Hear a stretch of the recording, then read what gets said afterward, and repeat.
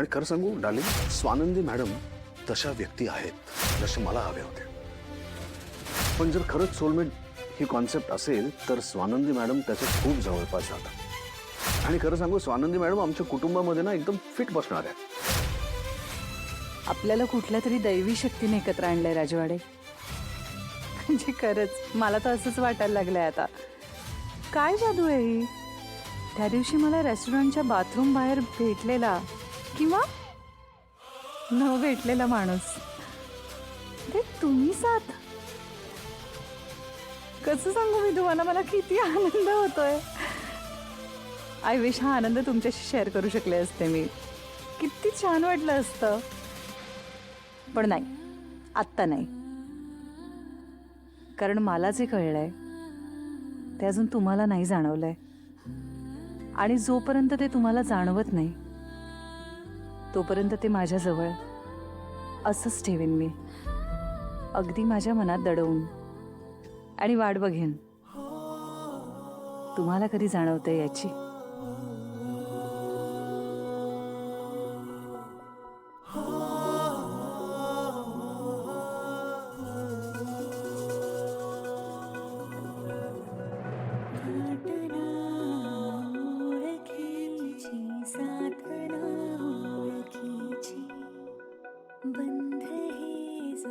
वहिनी, अहो काय झालं? असं काय करताय तुम्ही? म्हणजे काय काय अहो तुम्हाला काय झालंय? मला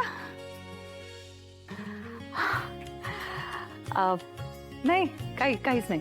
अहो सांगा की. काही नाही, तुला नाही कळणार. आता एवढी पण लहान नाही राहिली बरं का मी. अहो मी पण कधी कधी अशी एकटीच हसते. सांगा की काय झालं हसायला? कारण आजचा दिवस खूप छान आहे म्हणून. हा, तो तर आहेच. अय्यो, मी जे सांगायला आले तेच विसरली. त्या किमया मॅडम आहेत ना, त्या परत जायला निघाल्यात म्हणे. काय?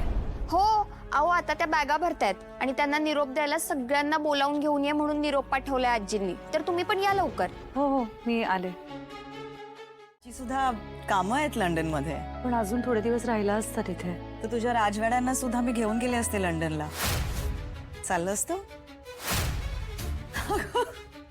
गंमत करते मी. खरं तर तुला आनंद झालाय ना मी इथून जाते त्याचा? अहो नाही, असं नाहीये. आनंद वगैरे झालाय असं खरंच नाहीये.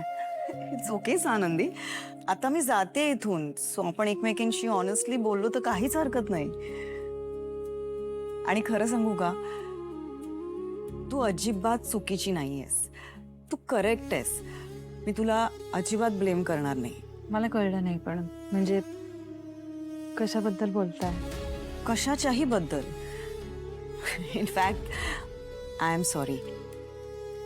सॅम बरोबर मी जशी वागत होते, मला असं नंतर वाटलं की थोडीशी लाईन क्रॉस केली ना मी. अगं पण आमची मैत्रीच अशी होती आणि मी अशीच आहे. माझा स्वभावच असा आहे. मी फार विचार करत नाही. जे मनात येतं ना ते करून टाकते. जास्त ओव्हर थिंकिंग करायचं नसतं. Life is short. डोक्याला शॉर्ट नाही द्यायचा, हो की नाही? पण त्यामुळे समोरचा माणूस दुखावला जातो हे मला नंतर कळतं. आणि तुझ्या बाबतीतही तेच घडलं ना. So I am really sorry. It's okay, तुम्ही माफी नका मागू. समजू शकते. लगेच समजून पण घेतलंस. जरा भांडलो असतो ना आपण. कशी टिपिकल आहेस ग तू. मला एक गोष्ट कळत नाही, टिपिकल या शब्दाला आपण एवढं टिपिकल का समजतो? त्यात वाईट काय आहे? म्हणजे मी आहे अशीच. आणि हो, मला आवडतं चार चौघांसारखं सामान्य असायला, टिपिकल असायला. आणि मुळात खरं सांगू का, आपल्याला उगाच वाटत असतं आपण फार वेगळे आहोत वगैरे, पण तसं नसतं. हो, इथून तिथून आपल्या भावना सगळ्यांच्या सारख्याच असतात. मग आपण प्रत्येक वेळी काहीतरी आपण इतरांपेक्षा फार वेगळे आहोत असं समजण्याचा अट्टाहास का ठेवायचा? May be.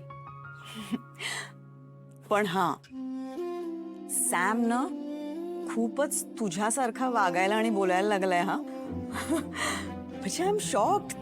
तू खूप इन्फ्लुएन्स केलंस त्याला. नाही, अँड इट्स अ फॅक्ट. खरंच कदाचित हे तुला किंवा त्याला सुद्धा माहित नसेल. खूप लकी आहेस तू. विचार का? कारण सॅम तुला खूप इम्पॉर्टंट मानतो. सॅम सारखा मित्र किंवा नवरा मिळणं ना म्हणजे जॅकपॉट आहे, जॅकपॉट.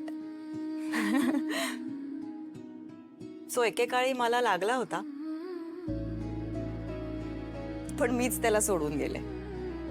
मला ना असं मोकळं जगायला आवडतं. मी नसते राहू शकले त्याच्या अशा कमिटेड आयुष्यात. मध्ये आला नाही तर तिला मारलंच असतोस तू. बापरे, म्हणजे बघवतच नव्हतं मला. अशी काय वाटेल ते वागत होतीस तू. त्यामुळे बिचारी किमया ती तडकाफडकी त्यामुळेच निघून गेली असणार. तुम्ही काही बोलला नाही, काही गोंधळ झाला नाही. तुम्हाला ते म्हणजे मध्येच तुमचं डोकं दुखायला लागलं, मी तुम्हाला रूम मध्ये घेऊन आलो आणि तुम्ही गाढ झोपलात, बस एवढंच घडलं. नाही, मी असं काहीच करणं शक्यच नाही. मला माहितीये ग तू असं काही करणार नाही, पण आता झाली चूक तर मान्य कर ना. राजवाड्यांची सून आहेस तू, कमॉन. हे सगळं तुला मान्य केलं पाहिजे. आपल्याकडे अतिथी देवो भव म्हणतात. पाहुणा हा आपल्या घरचा देव आहे आणि त्याच्याशीच तू असं वागलीस म्हणजे किमया किती हर्ट झाली असेल बिचारी. निघून गेली ना ती. नाही ठीक आहे, मी तुला दोष द्यायचा म्हणून हे बोलत नाहीये, पण पुढच्या वेळी आपण कोण आहोत, आपण कुठे राहतो, आपण कोणाची सून आहोत, ह्या सगळ्या गोष्टीचं भान ठेवत जा.